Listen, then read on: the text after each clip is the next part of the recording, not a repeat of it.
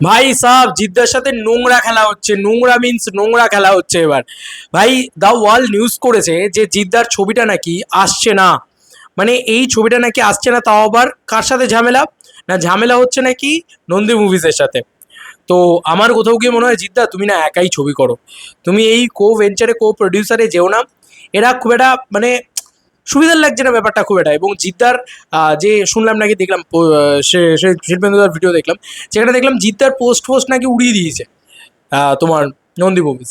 যাই হোক কী প্রবলেম কী বৃত্তান্ত সেটা নিয়ে একটুখানি কথা বলে নিই, ওয়েট।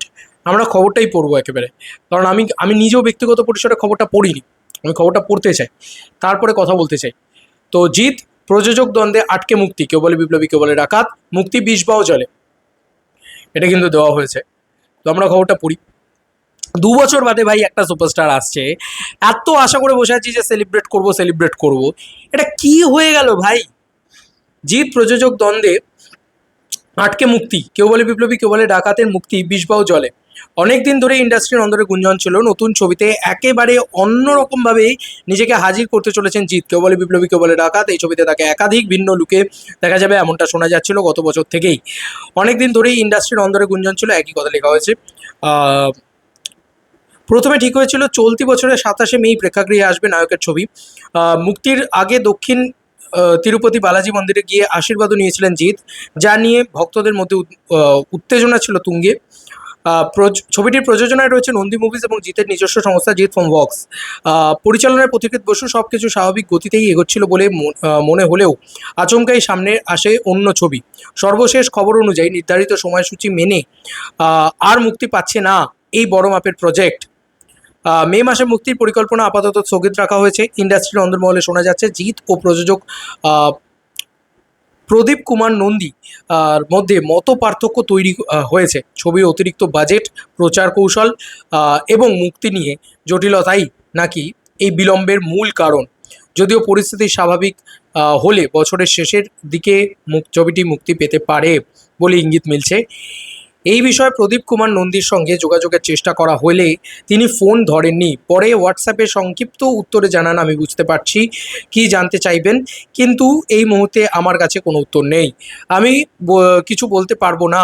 এই ছবি আরেকটি বড় আকর্ষণ তার বিষয়বস্তু। এখানে জিতের অভিনয় করছেন অনন্ত সিংহের চরিত্রে, যিনি একদম একদিকে চট্টগ্রাম অস্ত্রাগার লুণ্ঠনের অন্যতম নায়ক, অন্যদিকে ভারতের কমিউনিস্ট পার্টির সক্রিয় রাজনীতিবিদ। তো এখানে তাঁর সম্পর্কেই লেখা হয়েছে, আমরা একটুখানি পড়েই নিই। 1903 সালে 1 ডিসেম্বর চট্টগ্রামে জন্ম নেওয়া অনন্ত স্কুল জীবনের মাস্টারদা সূর্য সেনের সংস্পর্শে আসেন এবং অল্প সময়ের মধ্যেই তার আস্থাভাজন হয়ে ওঠেন। আচ্ছা, এটা পড়ে লাভ নেই, কারণ এখানে পুরো মাস্টারদার সম্পর্কেই লেখা হয়েছে।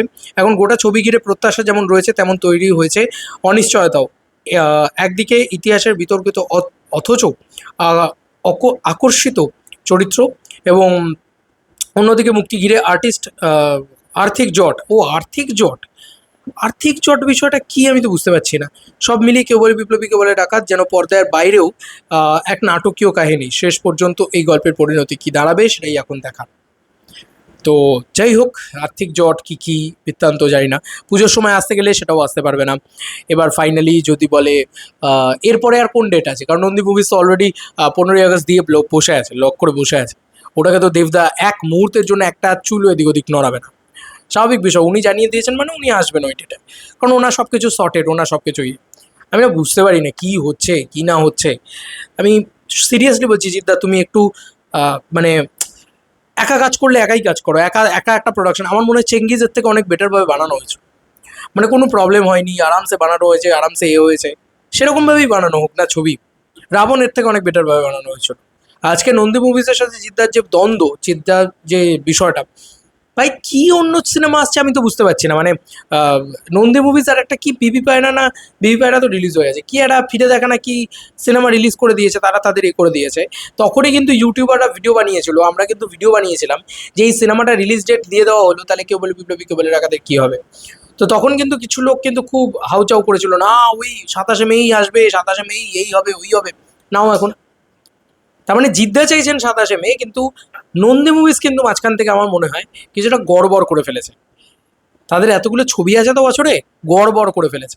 তার মধ্যে প্রিভিয়াসলি সোনাদা আছে, চটকে 14 হয়ে গেছে, পুরো পুরো চটকে 14 হয়ে গেছে। আর কিছু না, দেখা যাক কি এই সিচুয়েশনের ভিতর থেকে কী করে বেরোনো যায়। কারণ ক্রিসমাসে আসতে গেলে আবার দেবদার সাথে আবার ক্ল্যাশ।